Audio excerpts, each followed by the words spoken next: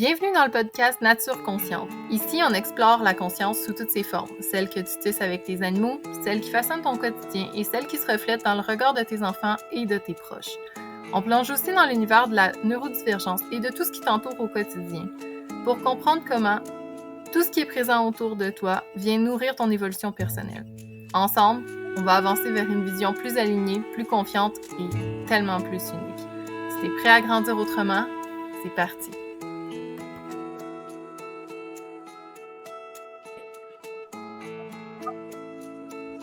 Bonjour à tous, ici Sophie de So Complice et Jessica de Préarion. Et aujourd'hui, Jessica va nous parler de tous les...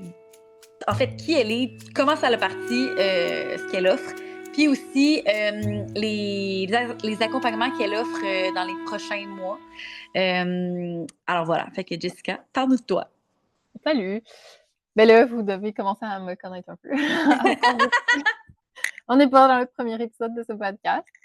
Fait que si vous le savez pas, moi, je travaille principalement en communication animale et en pleine conscience holistique, notamment avec la symbolique. Mais dans le fond, une approche holistique, ce que c'est une approche qui considère l'être dans sa globalité, qui considère quelque chose dans sa globalité. Donc, que tu n'es pas seulement ton corps physique ou tu n'es pas seulement que tes émotions ou tes croyances, tu es un tout. Fait que moi, ça fait vraiment partie de ma vision puis de mon approche. Sauf que moi, je peux pas commencer dans la vie comme ça, là. Dans le sens où j'ai découvert un peu sur le, tu sais, comme par hasard, la communication animale. Puis, ben, tu sais, je vais peut-être revenir à la base, là. Dans mon histoire, tu sais, moi, j'ai grandi dans un système, tu sais, un peu comme toi, tu en as parlé aussi, où il fallait que tu sois à ton affaire, que tu performes, que tu fasses des trucs. Puis, il y avait ma mère, elle voulait qu'on fasse un sport, OK? Puis genre, je pense que ma mère, elle avait des rêves de devenir une grande sportive féminine, genre la danse ou le sport. Ça n'était pas mon cas. Fait que ma sœur, elle a fait du patinage artistique de très haut niveau. Ma sœur qui est 2 ans plus jeune que moi. Puis moi, j'ai clairement décroché rapidement. Mais elle voulait qu'on fasse de quoi. Puis à un moment donné, elle m'a fait faire des cours d'équitation. J'ai commencé, j'avais 7 ans. Puis j'ai juste jamais décroché. Genre, moi, c'est comme ça que les animaux sont rentrés dans ma vie. Tu sais, au fil du temps, moi, l'adolescence, ça a été vraiment compliqué pour moi, là. Ça a été, il y avait des choses qui se passent à la maison. Il y a eu le divorce de mes parents. Il y a eu, tu sais, beaucoup, beaucoup, beaucoup de choses. Puis à l'école, c'est le moment où je me suis sentie le plus fuckée de toute ma vie, là. Tu sais, quand t'es autiste puis tu le sais pas, là, c'est bien complexe. Puis c'est là où je me suis acheté un cheval. Moi, je me suis acheté un cheval à 15 ans. Genre, j'ai commencé à cueillir des fraises à 12 ans pour m'acheter un cheval. Puis à 17 ans, j'ai eu ma chienne. Fait que moi, c'est un peu comme ça que mes animaux personnels sont rentrés. Puis c'est là où, tu sais, quand il y a une grosse différence, je pense, entre t'aimes les animaux puis t'es vois que tu les flattes, puis tu prends des cours ou tu es avec les chevaux, tu prends des cours d'équitation, puis là, c'est ton animal personnel, là, tu sais, c'est pas la même game, là. Je sais pas si toi, c'est comme ça que tu l'as vécu aussi, là, mais c'est à Ben, partir moi, de j'ai quand? eu full d'animaux dans ma vie, là. Puis Enzo, ben, je l'ai eu quand j'avais 23 ans. Puis je l'aimais, mais comme à un autre niveau, là. Ouais, c'est différent, hein. C'est comme un Mais amour ça, inconditionnel, mais de plusieurs vies aussi, là. ouais, mais tu sais, comme on en parlait dans le podcast précédent, ça parle de toi quand c'est ton animal aussi. Fait qu'il y a quelque chose de une connexion plus profonde. Ouais. Genre, tu te reconnais aussi dans cet animal-là. Puis oui, ça peut le faire avec les animaux des autres, mais tu sais, ça reste que d'un niveau énergétique et spirituel, c'est pas toi qui accompagne. Ouais. C'est pas pareil, là. Puis moi, m'acheter un cheval à 15 ans, c'était genre le rêve de ma vie, là. Genre, ça coûte cher, là, tu sais. J'ai tout ramassé mes sous, tu sais, je payais tout seul, là. Puis c'est resté de même. Puis à 17 ans, quand j'ai eu ma chienne, ben moi, je voulais décalisser de chez mes parents. Fait que j'ai vendu mon cheval. Puis tu vois, j'ai été 2 ans sans cheval. Non, 1 an et demi. Puis j'ai fait une très grosse dépression. Fait que je me suis dit que plus jamais j'aurais pas de chevaux. Wow. Fait que là, quand je suis revenue, ben là, j'ai racheté ma jument, puis tout, puis bref. Là, c'est là où mon cheval, ben là, il est arrivé dans le décor pas longtemps après. Dans ce processus-là, moi, j'allais à l'école, puis le plan A, c'était d'être vétérinaire.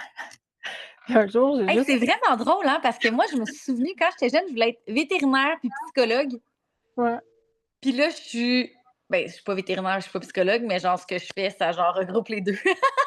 Non, mais ça... Je pense qu'on a...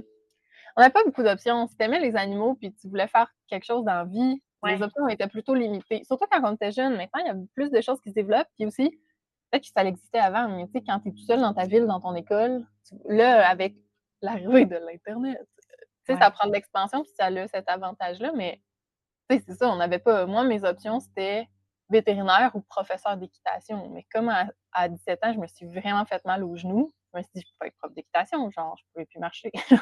Fait que ça a resté de même. Fait que moi, j'étais à la, tu sais, j'ai fait le parcours standard scolaire, cégep. Puis là, quand je suis venue le temps d'aller à l'université, je me suis dit, fuck off, je vais faire qu'est-ce que j'aime. Tu sais, clairement, ça ne marchera pas d'être vétérinaire.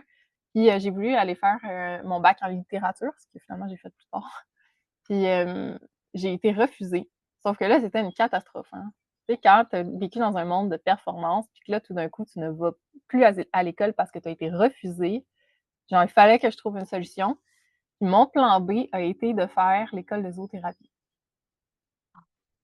Moi, c'est comme ça que je suis tombée en zoothérapie parce que c'était pas dans l'école standard, c'était pas dans les diplômes standards, fait que Ouais. c'était pas aussi bon, mettons, pour le critère de performance. Mais c'est là où j'ai découvert la com animale.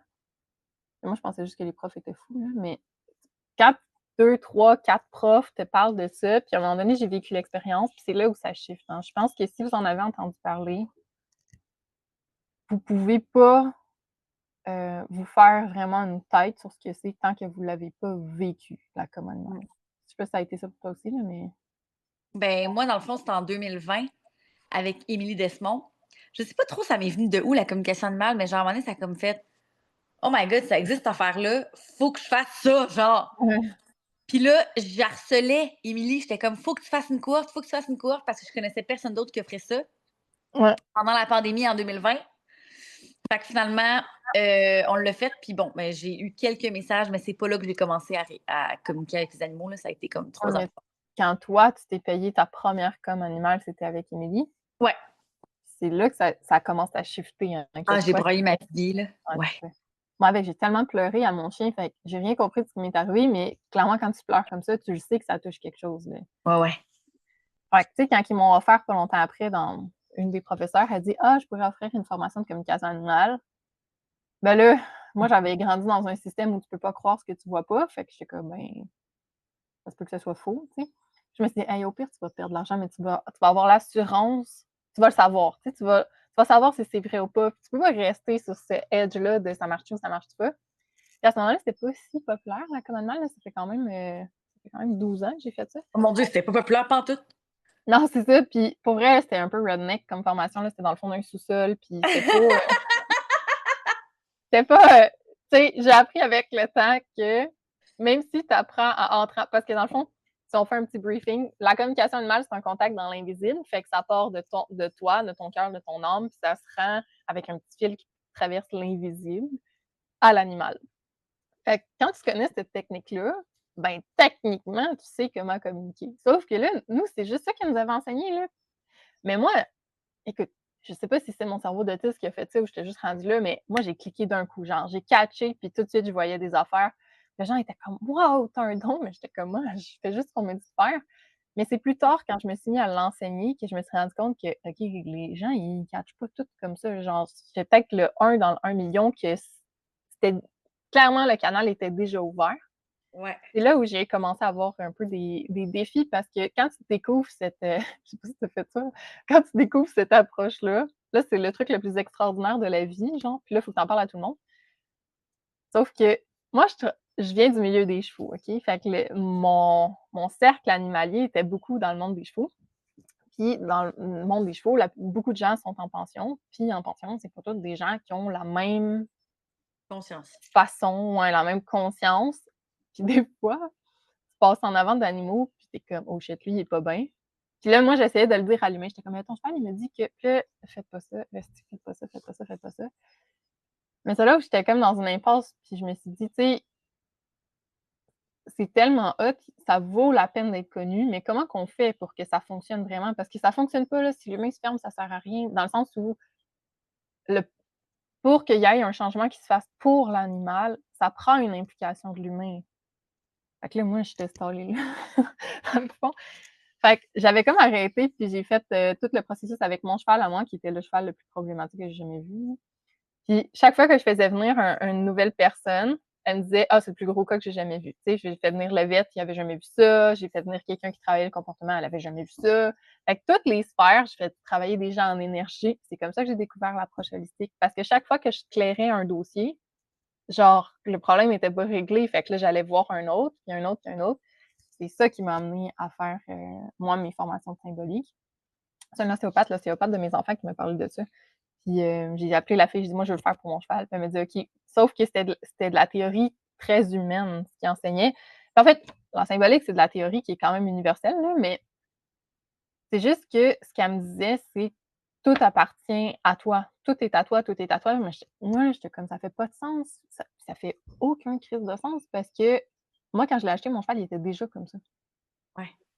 Fait que ça peut pas être juste moi, dans le sens je comprends que je l'ai attiré puis que ça parle de moi, mais tu sais, c'est pas moi qui l'ai blessé 3 ans avant, tu sais. Chez les chiens, Ouais. c'est moins commun. Les gens adoptent leur chien bébé généralement, mais chez les chevaux, il y a énormément encore de reventes. Fait que d'acheter un cheval de 12, 15, 20 ans, c'est très normal dans le monde des chevaux. Mais lui, il a vécu ce qu'il a vécu avant.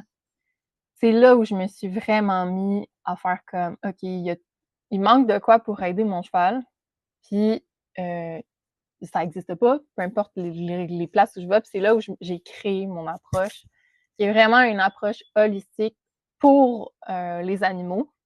Puis au fil du temps, ça l'a shifté aussi que je le fais pour les humains, là. Je fais pour les humains guidés par l'animal ou pour l'animal accompagné par l'humain. Fait que, tu sais, on travaille vraiment les duos, mais en gros, c'est comme ça que ça s'est construit parce que ce cheval, il était tellement complexe que moi, je voulais juste l'aider, là. C'est comme toi avec, Enzo puis Sally, qui t'ont amené vers ce qui était aligné pour toi. Moi, j'ai fait le même processus, mais moi, je me serais pas regardé moi au début. Mmh. Puis je pense qu'il y a beaucoup de gens qui passent par là. Beaucoup de gens.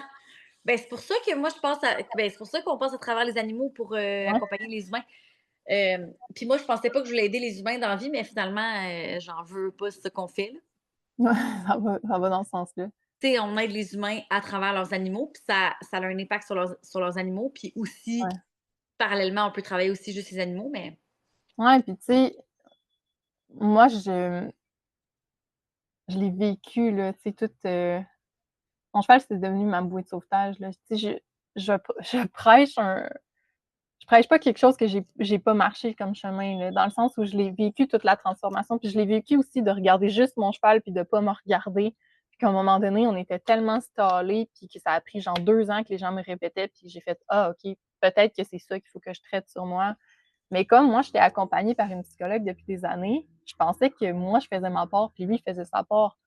Mais il y avait une dimension très humaine dans, hem c'est ça que j'ai catché à un moment donné, c'est que tu sais, comme ben là, je parle de mon expérience personnelle à moi, mais moi, la psychologue avec qui je travaillais, à un moment donné, elle me parlait avec sa tête. Mais moi, j'avais besoin d'aller plus loin que ça. J'avais juste l'impression de tourner en rond. Puis quand on a commencé à shifter, puis que c'est mon cheval, puis j'ai comme accepté que mon cheval pouvait me dire des choses, dans le sens quoi faire sur moi, là, pas juste sur lui. Parce que moi, je focusais juste sur lui. Puis il me dit: «C'est ça qu'il faut que tu travailles sur toi». C'est là que ça s'est mis à shifter parce que c'est comme s'il voyait au-delà du mental. Puis d'humain à humain, souvent, on reste dans le mental, mais quand on travaille, on se met à travailler dans mais là, on n'a pas tellement le droit de dire ça, mais tu sais, c'est pas l'inconscient, mais c'est d'aller plus profond à l'intérieur de toi. Mais c'est là que ça shift, là. Puis les animaux, eux, ils ont une porte directe pour nous guider là-dedans. mmh, Fait que c'est comme ça que ça m'a ça m'a emmenée, en fait. Puis finalement, de fil en aiguille, j'ai fait beaucoup de consultes. Moi, j'ai fait beaucoup, beaucoup de consultations, un peu comme toi, tu disais dans ton autre, podcast, tu sais, j'avais, entre, 3 et 6 rencontres par jour, 4 à 5 jours par semaine. J'ai fait énormément de com animal, énormément, énormément. J'ai fait beaucoup de symbolique aussi, beaucoup de suivi, hem, des rencontres de pleine conscience. Puis moi, dans mon approche, je fais pas juste une com. Jamais je vais faire ça, là, vous me verrez jamais faire ça. «Ah, mon cheval a mal à la patte», jamais je vais lui demander juste: «C'est pourquoi tu as mal à la patte?» Ça ne fonctionne pas pour moi et honnêtement, je vous le conseille pas. Je vais toujours faire un regard d'ensemble. Dans mon regard d'ensemble, ben là, on plug la symbolique, on plug le mental, le physique, l'émotionnel. Mais physique dans le sens où il dit comment lui, il se sent dans son corps. Il va te dire qu'est-ce qui se sent dans l'environnement, qu'est-ce qu'il ressent qu'il a besoin comme changement, qu'est-ce qu'il a besoin aussi dans la relation, parce qu'il y a des dynamiques dans la relation qui sont possibles. Moi, mon cheval était malade parce que ça me gardait envie de le soigner. À une époque, là, mais pas vrai, j'allais crasher. Là. Le fait que je doive aller à l'écurie 3 fois par jour pour le soigner, puis ça prenait 1 heure et demie parfois, ça faisait que, ben, honnêtement, c'est sûrement juste pour ça que je suis restée en vie. Là. Puis quand j'ai catché ça, parce que moi, il était malade, genre chronique, là, genre back à back. Là. Le vet était là toutes les semaines pour un nouveau truc, genre de catastrophe. Quand j'ai catché ça, ça l'a arrêté. Ça s'est stabilisé.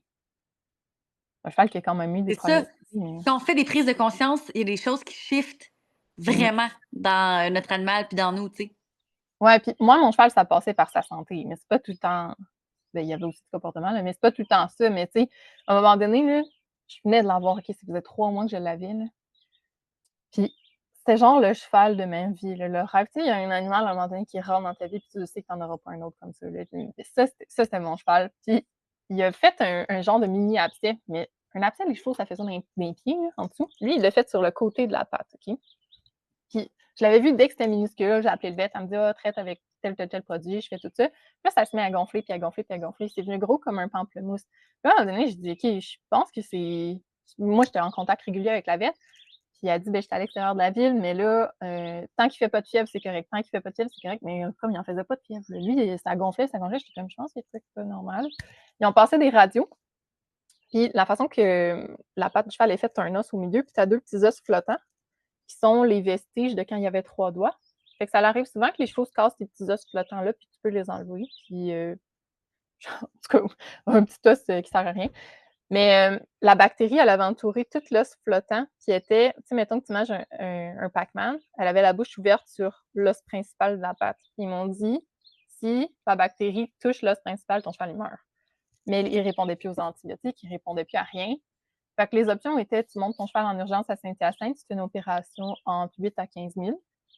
Puis le cheval, il avait déjà de la misère, fait que j'étais comme OK.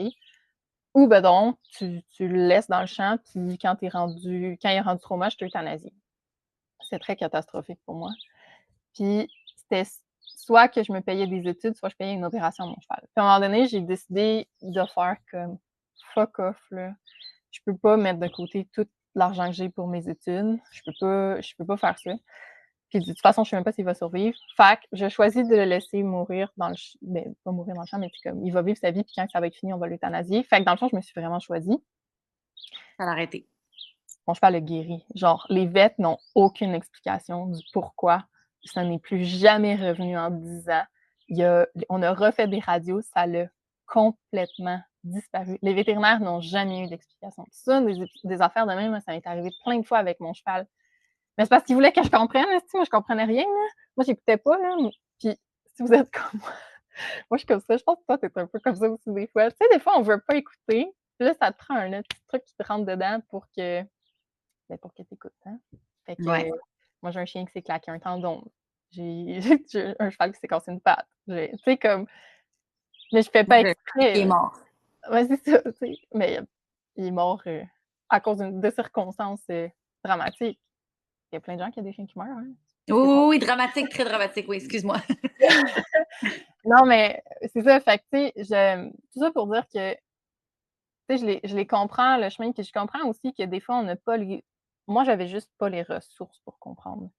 Puis même si on me le disait, si on pouvait pas m'expliquer le pourquoi, ça cliquait pas dans ma tête.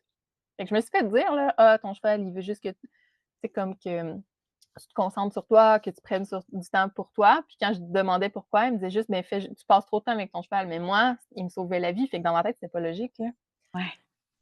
Puis quand j'ai découvert la symbolique, puis quand j'ai vu l'impact que ça avait, sur ma vie, sur, le cheval à mon chum, quand on a fait de la symbolique, là, ses crises d'asthme ont diminué genre 80 en 2 mois, là, c'était fou, là, genre. Puis pourquoi? Mais c'est parce qu'on avait travaillé les émotions.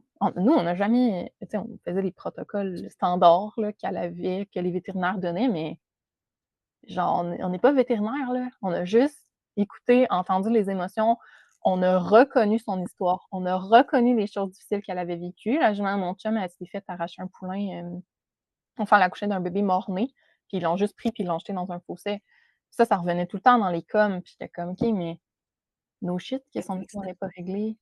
Ouais. Ouais, on a fait faire, ben là, on est très dans les actes symboliques. On a fait faire une toile du poulain, on a fait, une cérémonie comme pour honorer le poulain, puis il y a plein de choses qui ont lâché après. Tu sais, Wow. c'est pas miraculeux, mais c'est juste que D'ailleurs, le parenthèse, là, les gens qui font des fausses couches, ou les gens qui perdent un enfant, ou les gens qui perdent un bébé, mais surtout les fausses couches, parce que c'est quelque chose que parfois les femmes ne vont pas honorer. C'est vraiment important d'honorer vraiment ça, puis de leur donner un nom, puis de faire comme une genre de peut-être cérémonie rituelle. si vous êtes là-dedans, on peut peut-être, les référer à Émilie, là, qui elle accompagne beaucoup les femmes qui sont dans les processus de Émilie fertilité. Desmond. Non, Bergeron? Ah oui, la doula. Oui, exact. Oui, oui, oui, Fait puis que parce que, mettons, moi, j'ai joué un rôle rapidement là, dans une constellation familiale dimanche et mmh je jouais une fausse couche.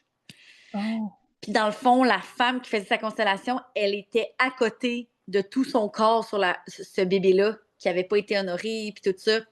Fait qu'on l'a passé dans la lumière, mais tu sais, ça fait que, bref, ah, c'est c'est comme gros. l'effet, j'ai une amie qui me dit ça, je sais pas comment ça s'appelle là, mais c'est genre le principe que des fois les parents pleurent plus l'enfant mort qu'il honore l'enfant qui est vivant, genre. Ouais. Je sais pas si c'était ça dans cette circonstance-là, là, mais je Mmh. sais que ça arrive souvent. Là. D'ailleurs, dans une autre constellation, il y avait une femme, elle avait une jumelle. Sa jumelle est morte quand elle avait 1 an et demi. Puis genre, la maman s'est juste effondrée, puis elle s'occupait plus de ses 8 autres enfants, genre. Vite! Ouais, Merde. puis elle en a eu comme 14 en tout. Oh my god, Mais c'est tu sais, dans le fou, hein? temps, là, cette femme-là, elle a genre 75 ans.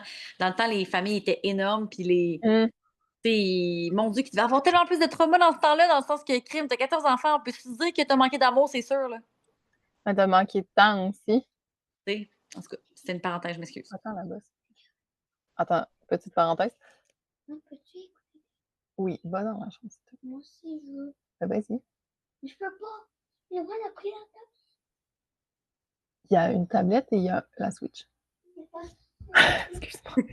C'est pas grave. Au pire, on coupera son montage, mais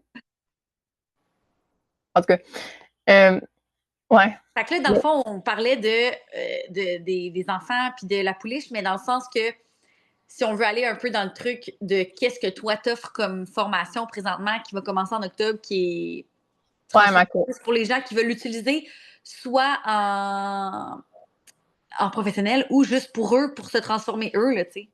ouais, eux, avec leurs animaux et tout.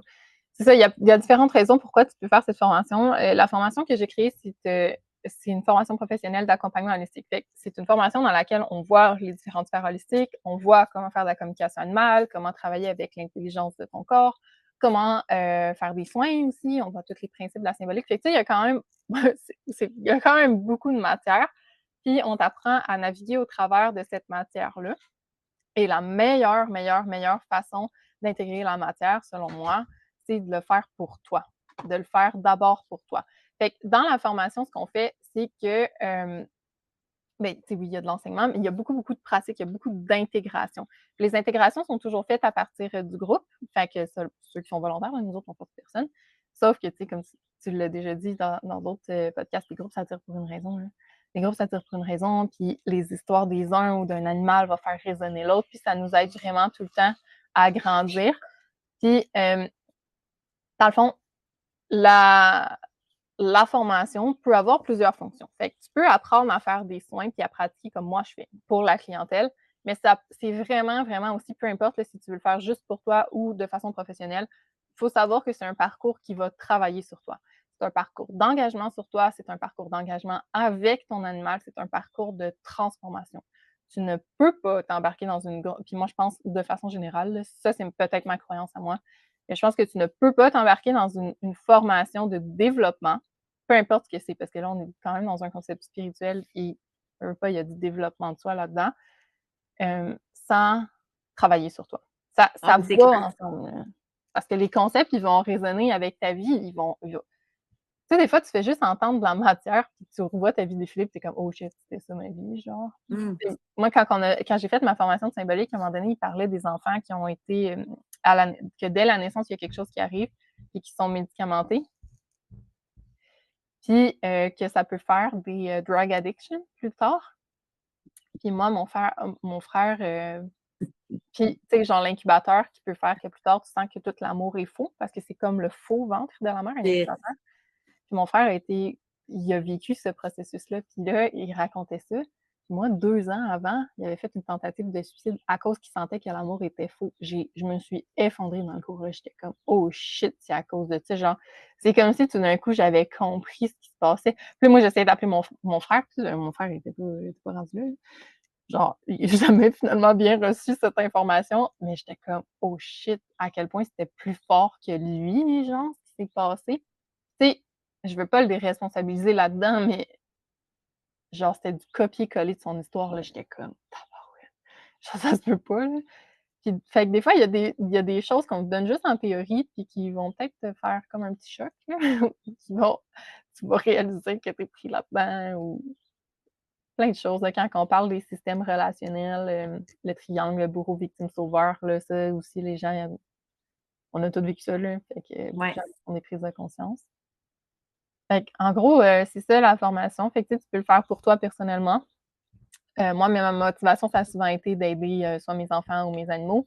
Tu peux le faire aussi, parce que tu veux le faire professionnellement, genre tu veux appliquer cette matière-là comme moi je la travaille. Il y a beaucoup de gens qui viennent la complémenter avec ce qu'ils font déjà. Fait que des toiletteurs, des gens qui ont des centres de pension, des gens qui travaillent dans le monde des chevaux, puis qui veulent avoir cet outil-là de plus. Fait que ça vient s'ajouter à leur pratique initiale. Puis moi, ce que je pense, c'est que tu ne peux pas faire une formation, puis espérer de faire un copier-coller de ce que le formateur, comment il travaille, puis que ça va marcher pour toute la vie. Ouais. Moi, ça me dérange pas si tu le fais, mais Moi, ça s'est tout transformé, là. c'est ça, il faut que tu trouves ta couleur à toi. Ce qui fonctionne, c'est quand ça te ressemble, là. Fait que c'est sûr qu'au début, là, quand j'enseigne plus de façon carrée, mais pas dans le sens que je suis pas si rigide que ça, mais je vais beaucoup ramener à la structure, à la structure, à la structure, parce qu'il faut que tu l'intègres. Une fois que tu as Ouais. compris la structure, là, je suis comme: «OK, toi, comment toi tu veux le faire?» Puis là, on y va un peu, on élargit pour ce que ça te ressemble. Cette année, ce qui est intéressant, c'est que j'ai aussi quelqu'un qui enseigne avec moi pour amener vraiment un bagage complémentaire. Moi, ma force, c'est l'invisible. OK? Moi, je travaille énormément, énormément dans l'invisible. Je fais des comme animal, je canalise en claquant des doigts. Mais il y a des gens qui ont besoin de passer par un chemin qui est beaucoup plus cérébral et concret. De regarder, ah, regarde, la personne, quand tu as parlé de son chien, elle a fait tel mouvement dans son corps, elle a bougé de telle façon, elle a soupiré. Puis Raphaël, qui enseigne avec moi cette année, il est vraiment dans cette force-là. Fait que ça l'emmène les deux polarités. Puis moi, je vais re-être là, sûrement. Ouais, oui, parce que c'est ça l'avantage aussi quand vous faites la formation avec moi, c'est du contenu à vie, là. Genre, c'est de la matière tellement importante que, ben, déjà, je pense que tu peux pas l'intégrer tout d'un coup. Puis aussi, si tu ressens le besoin de revenir, moi, tu peux toujours revenir dans mes cohortes, puis c'est pas genre, il faut que tu repayes un autre. Non, non, ça fait partie du processus, puis tu rembarques, puis that's it, là. Fait que il y a ça qui qui est quand même vraiment cool aussi. Vraiment.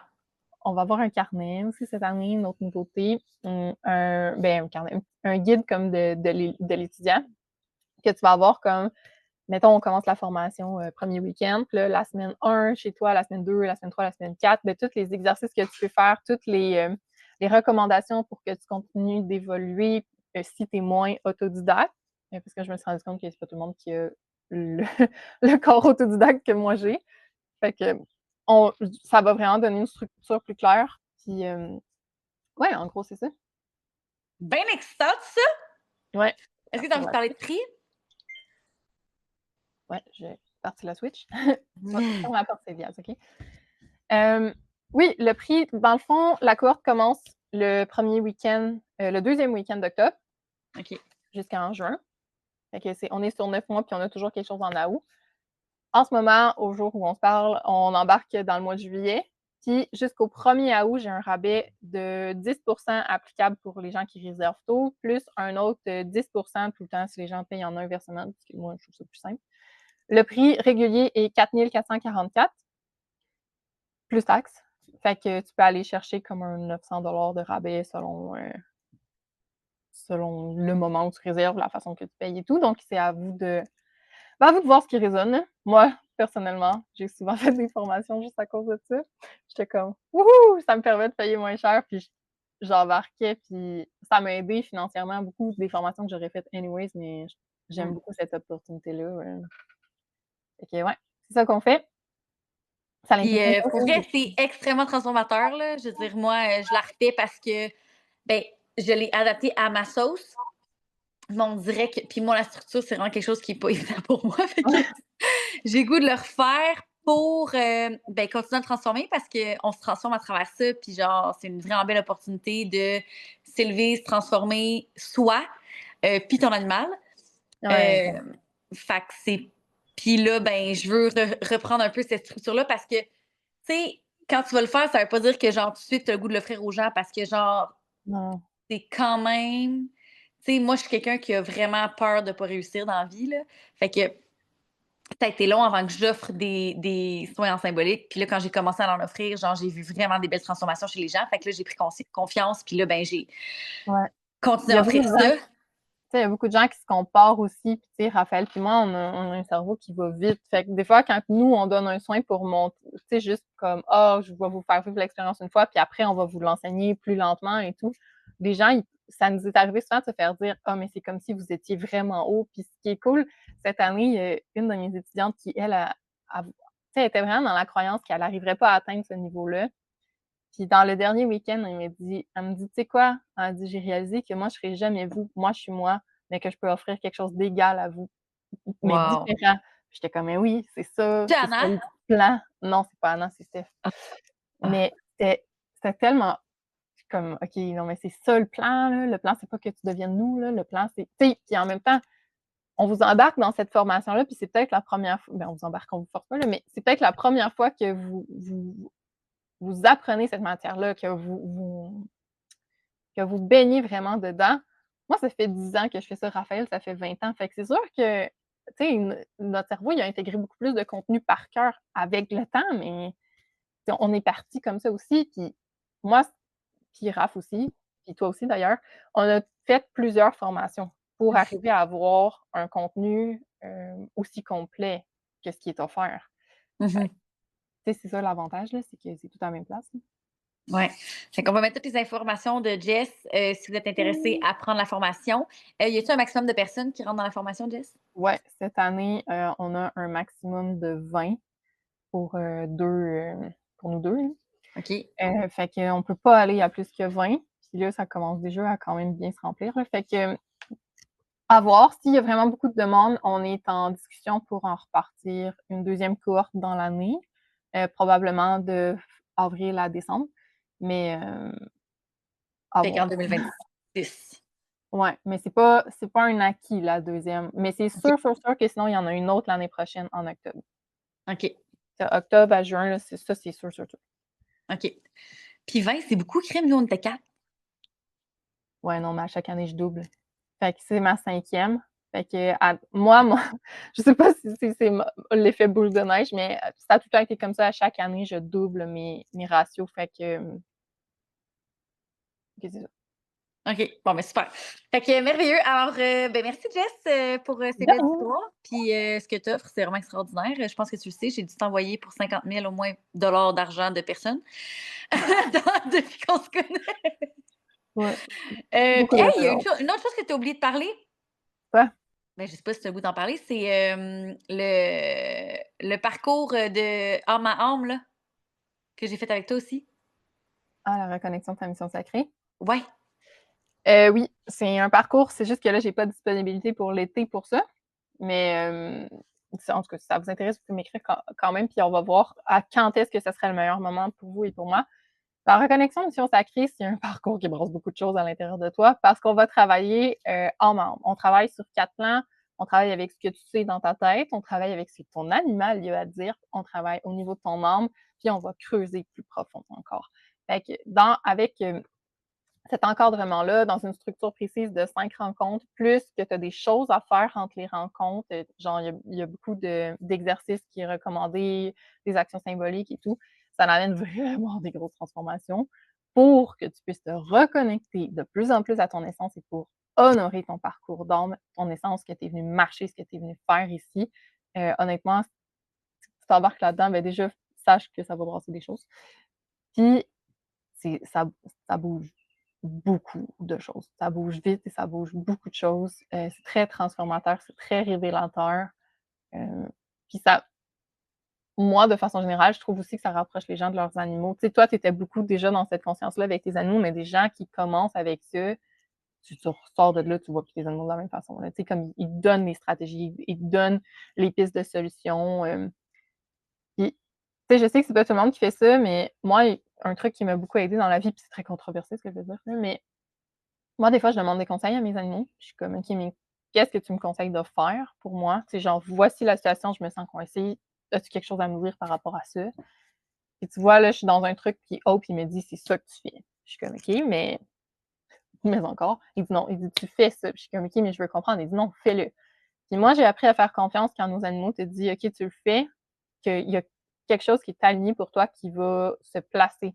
C'est pas ton animal qui vient commencer à te psychanalyser, puis tout, il te dit: «Voici la prochaine étape», il te donne le point de lumière, le point d'entrée. Puis dans Mission Sacrée, on fait beaucoup ça, ça revient beaucoup aussi. L'animal qui dit: «Voici ce que je te conseille de faire, la prochaine étape». Après, tu es libre de le faire ou pas, là, moi je te force pas, là, mais Mhm. en même temps, faites confiance à vos animaux, là, je pense que c'est ça la clé, là.